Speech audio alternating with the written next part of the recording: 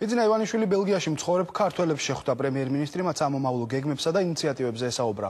ივანიშვილმა ყურადღება გაამახვილა საინვესტიციო ჯგუფის შექმნასა და ინვესტიციების მოზიდვაზე. პრემიერმა ემიგრანტებს განუცხადა, რომ ამ საკითხზე აქტიურად ეთათბირება ბიზნესმენებს და საინვესტიციო პროექტებს სახელმწიფო 75%-ით დააფინანსებს. შეხვედრას ბელგიაში მცხოვრები მერაბ ვლადაძეს ესწრებოდა, რომელიც ციხის კადრების გამავრცელებელ ვლადიმერ ბედუკაძის ახლობელია და გარკვეული დროით ბედუკაძე მის ბინაში ცხოვრობდა. ივანიშვილს ვლადაძემ წერილი გადასცა, ჟურნალისტების კითხვაზე ხომ არ იყო ამ წერილში საუბარი ბედუკაძეზე, ვლადაძემ დეტალები არ დააკონკრეტა და განაცხადა, რომ წერილში საქართველოს შესახებ არის საუბარი. ბედუკაძე კი ჯალათად მოიხსენია და თქვა, რომ იგი უნდა დაისაჯოს. ამ თემაზე მაქვს 2014 წლის გაზაფხულზე წასვლა ადგილობრივი არჩევნები, როდესაც იქნება, მაგრამ მე არ წავალ დამარცხებული, მე დავტოვებ ძალიან კარგ ხელისუფლებას, ძალიან მაგარ მთავრობას დავტოვებ და პასუხისმგებლობას ავიღებ მათზე და მეც გადავალ სამოქალაქო საზოგადოებაში და ვაკონტროლებ ჩემს მიერ დატოვებულ ხელისუფლებას. მე მგონი, რომ ჩემს შემთხვევაში ეს რისკი ძალიან დაბალია და ამიტომაც უნდა წავიდეთ და ხელისუფლება უნდა ვისწავლოთ, რომ ეს კაცი არ უნდა იყოს აგებული. და უნდა მივეჩვიოთ, რომ კაცი არ უნდა იყოს დამოკიდებული. საზოგადოება უნდა განვითარდეს, ეს არის საბოლოო და ყველაზე დიდი ოცნება ჩემს. დიდარ ქართველებს ცალ-ცალკე ხვდები ყველას. მეც რაც შემიძლია, ყველაფერს ვაკეთებ იმისთვის, რომ შეიქმნა საინვესტიციო ფონდი. თანაც ამ ფონდში მონაწილეები ფულს კი არ კარგავენ, ეს არ არის შეძირულობა. ამ ფონდის მონაწილეებს მე შეუქმნე საუკეთესო ჯგუფს, კარგ სპეციალისტებს მოვიცავთ, რომ ბიზნეს პროექტების განხილვა შეეძლოთ ძალიან მაღალ დონეზე. და ვისაც ექნება წინადადება ბიზნესის და ექნება 25%-მდე დაფინანსება, 75% გარანტირებული იქნება. მე წინასწარ ვიცი, რომ ეს ფონდი იქნება ძალიან დიდი და ინვესტიციების ხელოვნურ მოზიდვას ეს დააჩქარებს. ეს ძალიან დიდი საიდუმლოა. სახელმწიფო ნიშნებობის.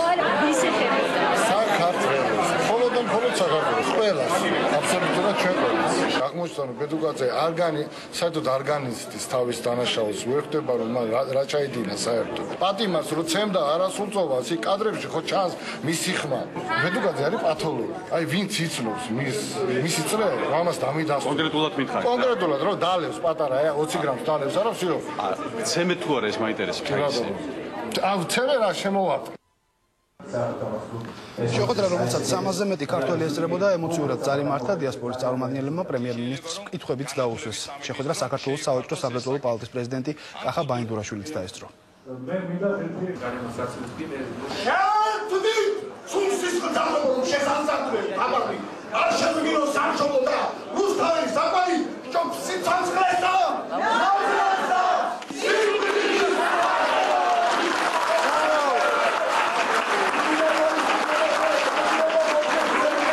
ძალიან მაინტერესებს თქვენს პოლიტიკაში მოიაზრებთ თუ არა სადმე სახალხო დიპლომატიის ბერკეტების ამოშავებას, იმიტომ რომ მთავრობებს შორის ომის სულაც არ ნიშნავს, რომ ჩვეულებრივ აფხაზს, ჩვეულებრივ ქართველს, რომლებიც ამის მსხვერპლია და რომელზეც გადადის ეს ძალიან დიდი ტკივილი, ამათ ვერაფერი ვერ აჩერებს. დღესაც იქნება ოჯახები. ჩვენ ემიგრაციაში ვარ და ძალიან დიდი იმედი გვაქვს, რომ ჩვენ დავბრუნდებით ლამაზ, ძლიერ, ეკონომიკურად უფრო მეტად განვითარებულ საქართველოში. პალატის წარმომადგენლების საკმაოდ საკმარისი ნაწილი არიან სწორედ ქართული დიასპორის წარმომადგენლები, განსაკუთრებით ევროპის ქვეყნებში, ვცდილობთ, რომ ინტენსიური კავშირები გქონიოთ, ვინაიდან ეს ხალხი ნაწილი აქაურ ბიზნეს წრეებში ტრიალებს და შესაბამისად ქართული პროდუქციის ვაჭრობის მიზნით, ინვესტიციების მოზიდვის მიზნით ამ ხალხს კავშირები გააჩნიან და ვცდილობთ, რომ ეს კავშირები გამოვიყენოთ.